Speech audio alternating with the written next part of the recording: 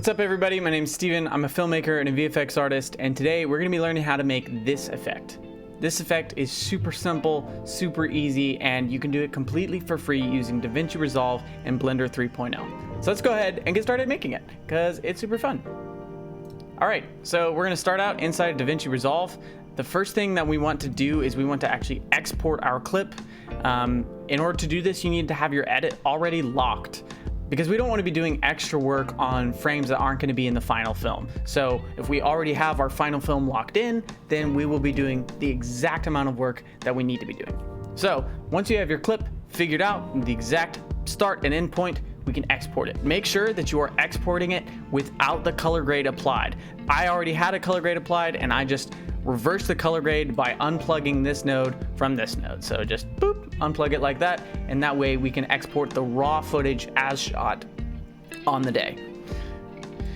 When we export our footage, we need to make sure we're exporting it as a .exr sequence. So that way we're not compressing our video, because if we compress the video when we send it to Blender, we have to bring it back into DaVinci Resolve, and if we do that and bring it back into DaVinci Resolve, it's going to compress. You're going to see a bunch of digital artifacts that make the footage not look good. So we want to make it look as pristine as possible, and the best way to do this is using an EXR sequence. So what you want to do is navigate to the Deliver tab, switch it over from what it would normally be something like QuickTime Movie, switch it over to EXR, and then set the compression to PIZ compression. And this is going to export it as individual pictures rather than as one single video file. But we do this, yes, it's a lot of files, but we do it so that it's not as compressed and we get the best quality.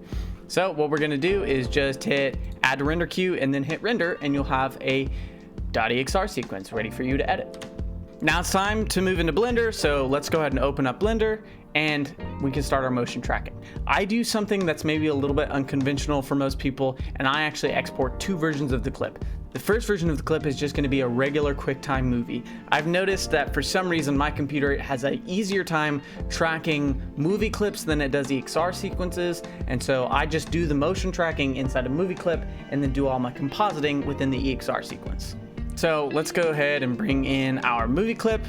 I'm going to navigate to it in my files here. All right, once I've got my movie in here, there's a couple things I need to do. I need to hit this set scene frames, which is just going to set the timeline frames to match the movie clip that I'm using. And then I'm also going to hit prefetch. What this does is it loads all of those frames into RAM for a little bit smoother playback. Now I can start my motion track. There's a couple rules about motion tracking that we need to make sure we're following before we just go blindly adding tracking points to this footage. First thing is that the area that we track cannot be obscured by anything at any point in time. This is not going to make for a good track.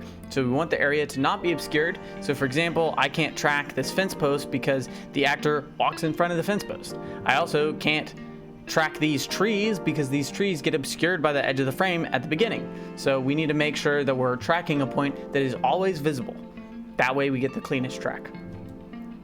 So I'm going to go back to frame 1, and I'm going to select this little tree area and add a tracker. The way you add a tracker is just by hitting Control and left click. I'm also going to hit S and scale my tracker up just a hair. Now all I need to do is, if you happen to deselect your track, just hit A or click on the tracker, and then we want to hit track forward. Just make sure that you're on frame 1 when you start this. I'm going to hit track forward, and your track shouldn't take a whole lot of time. Boom, it's done. And in order to preview it, I'm just going to bring down this little track menu here on the right side, and I can see what the tracker sees. I can just kind of preview and make sure it's actually sticking to my scene the way I want it to, and it looks great. So let's go ahead and bring it into the compositing workspace and start adding in our spaceship. Okay, once you're in the compositing workspace, we're going to hit use nodes. I'm going to open up another window so that I can actually preview what I'm working with. Switch this over to the image editor and hit viewer node. Now I'm going to add in two nodes. I'm going to add in a image node, and I'm going to add in a movie clip node. And with the node wrangler add-on enabled, I'm going to Control Shift click on any given node, and it will show it through the viewer node. So I can click on either of these, Control Shift click, and I can preview them by the viewer node. So let's go ahead and bring in our .exr sequence, select everything, hitting A, and then hit open clip. Blender will automatically detect that this is an image sequence and bring it in as a movie file. Second thing I want to bring in is the spaceship. So go ahead and add that in. You can have access to both the spaceship and the EXR sequence if you want to do the motion tracking on your own via my Patreon. Let's bring in our spaceship render, and boom. Now I can preview both of these, but I can only view them one at a time. So let's go ahead and put them together using the alpha over node. And once again, I'm adding nodes by hitting Shift A. That is the wrong node.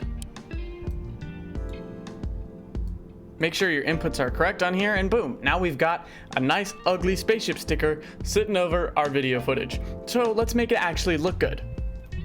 First thing I want to do is I want to add a transform node. This is going to allow me to position the spaceship where I want it.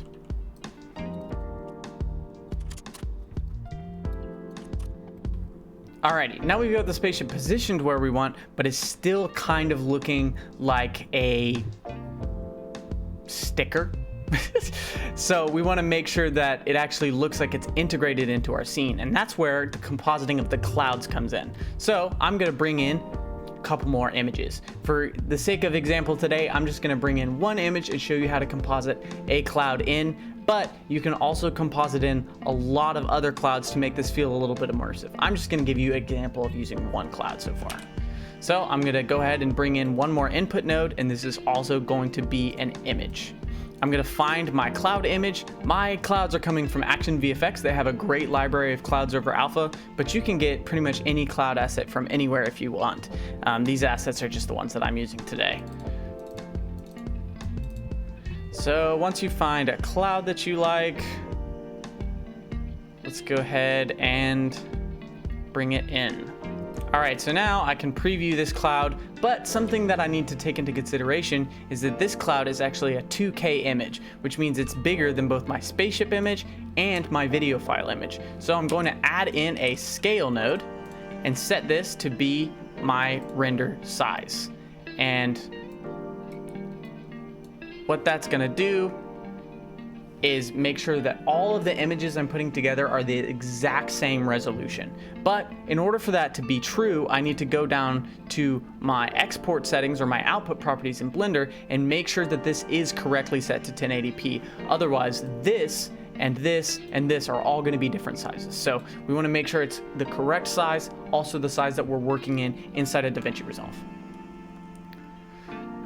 Once we have our scale node put in, we can actually set this cloud to be the mix factor for our spaceship and our image. But if you look at this, it's not really doing a whole lot, and that's because we're actually using the wrong piece. If we use actually the alpha setting, it's going to create a black and white matte essentially for us to mix these two together. So let's, instead of using the image output, let's use the alpha output and switch that to the scale. And now we can preview this, and we have a great, good-looking mix factor straight out of the gate.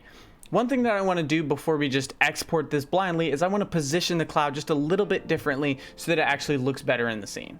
So I'm going to hit Shift A and add another transform node.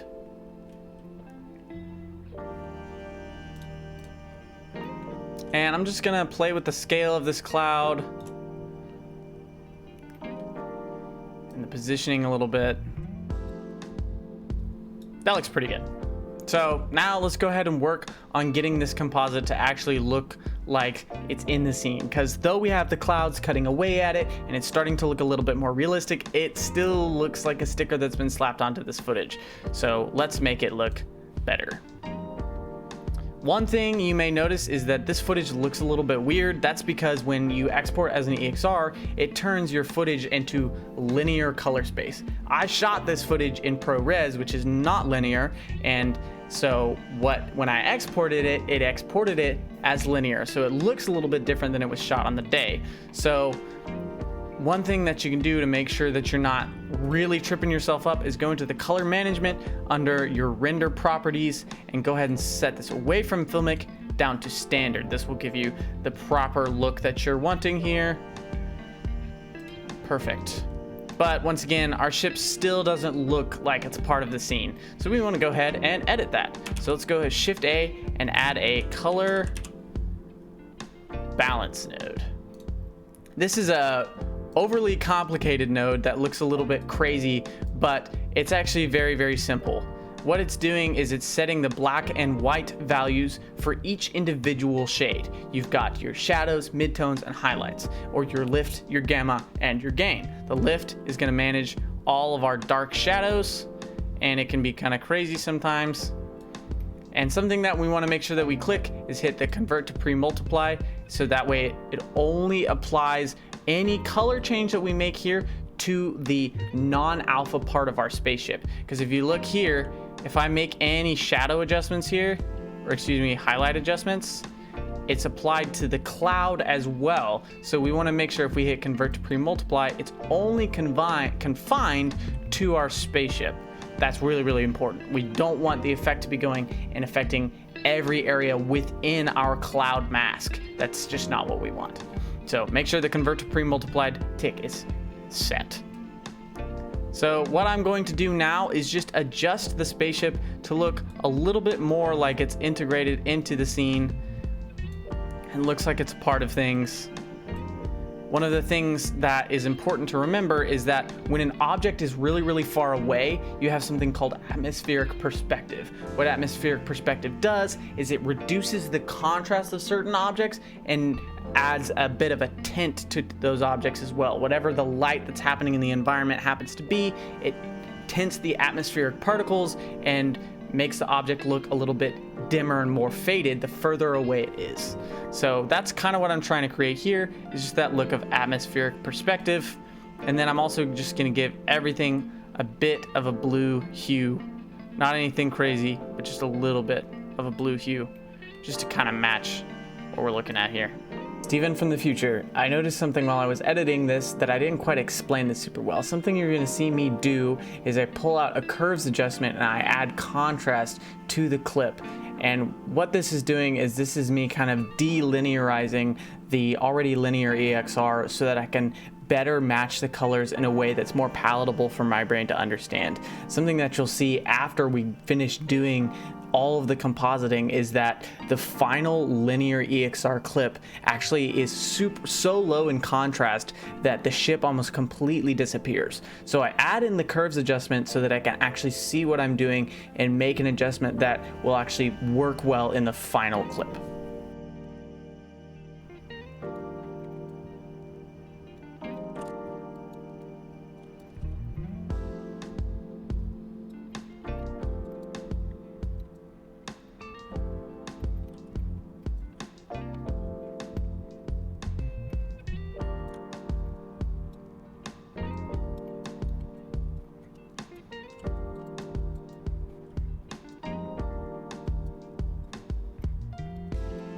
Once you're done with the color balance of your composited image, we need to work on a couple little realism things. The first one is just adding a little bit of blur to our composited image. Because this composited image was rendered out by a computer, it's perfectly sharp. I also rendered it out without any depth of field because I knew I was going to be kind of tweaking the positioning of the file, so I didn't want to do anything crazy with the depth of field. So we're going to kind of mimic the way reality works by adding just a subtle blur to our composited image so that it just meshes into the scene a little bit. So we'll do that by hitting Shift A and adding a blur node.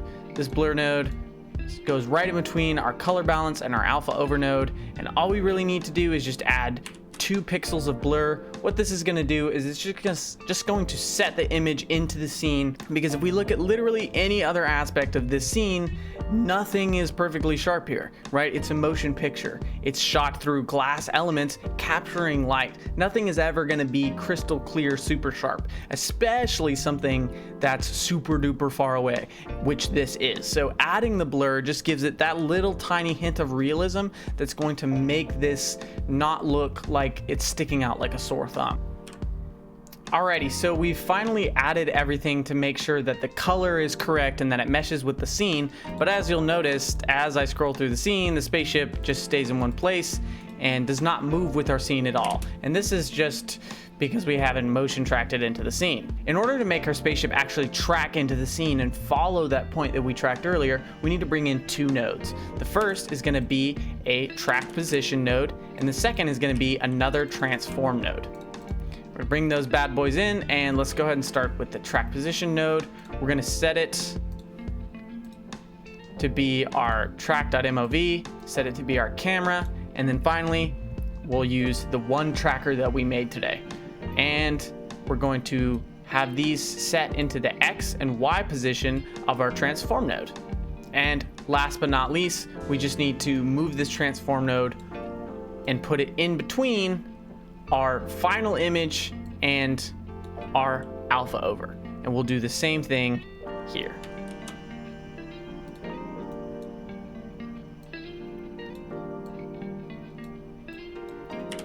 And now, as you'll probably see, what this is doing is it's actually making it to where we can't see our spaceship at all.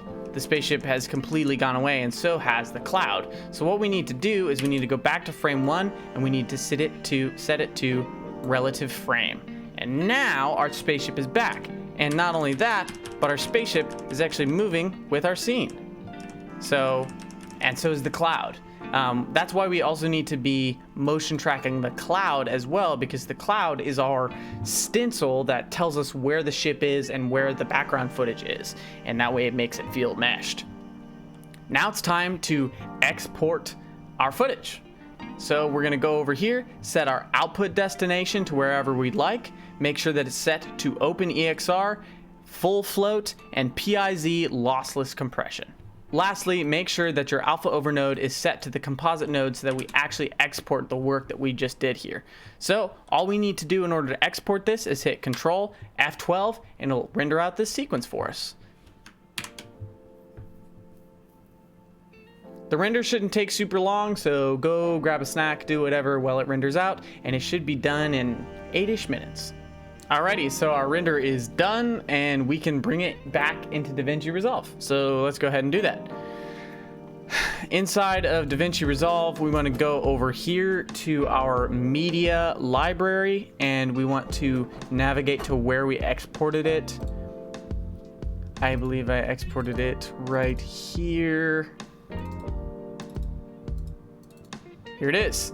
And if you're not seeing an individual shot like this, make sure you hit these 3 dots and hit frame display mode as sequence and not as individual. Because if I hit individual, it's gonna look crazy like this and it's not gonna work. So make sure it is set to sequence so that we can actually bring this bad boy back into our timeline.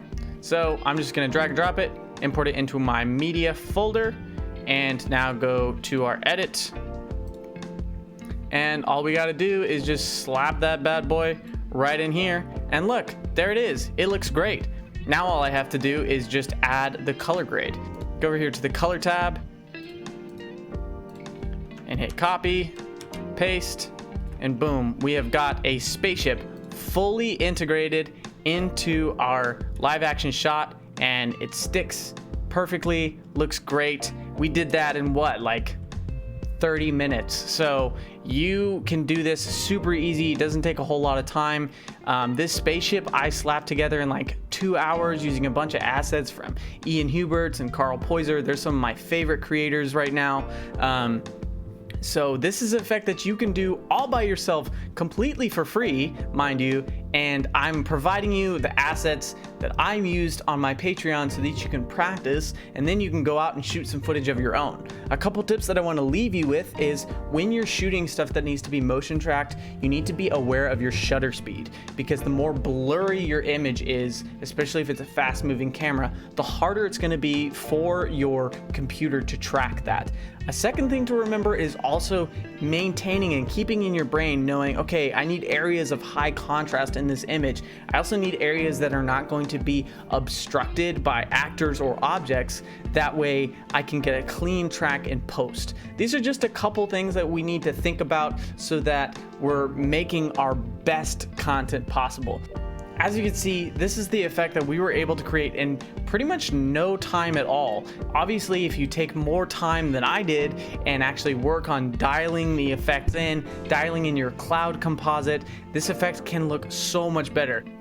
The result that I created for this small little short that I made took about 2 to 3 hours, and I did this tutorial in about 30 minutes. So as you can see, just a little bit of tender love and care and a little bit of extra effort, you can make these effects look so good. So I definitely recommend that you get out there, you start working on some stuff, make it look as good as you possibly can make it, and you are going to get some amazing results, and you can do this all for free. So if you like this kind of video, please subscribe to the YouTube channel. I will also be posting more content like this on my Patreon. I plan on doing this as 2 to 3 times a month, so definitely be on the lookout for more videos. The next video we're going to be doing is going to be working on 3D motion tracking and compositing and making 3D objects, 3D parallax, and making that look good. You can also do that, guess what, for free. So make sure you keep an eye out for that video. Thank you so much for watching. Make sure you keep an eye out for my future videos as we do more tutorials and we work on VFX together. It's all about learning, it's all about honing our skills and trying to become the best filmmakers that we can. And I am on a journey to help myself do that and to help others do that. So make sure you subscribe to the YouTube channel, like the video if it helped you at all, and if you're really feeling it, feel free to hit me up on Patreon and subscribe over there. And I will see you all in the next video. Thanks so much.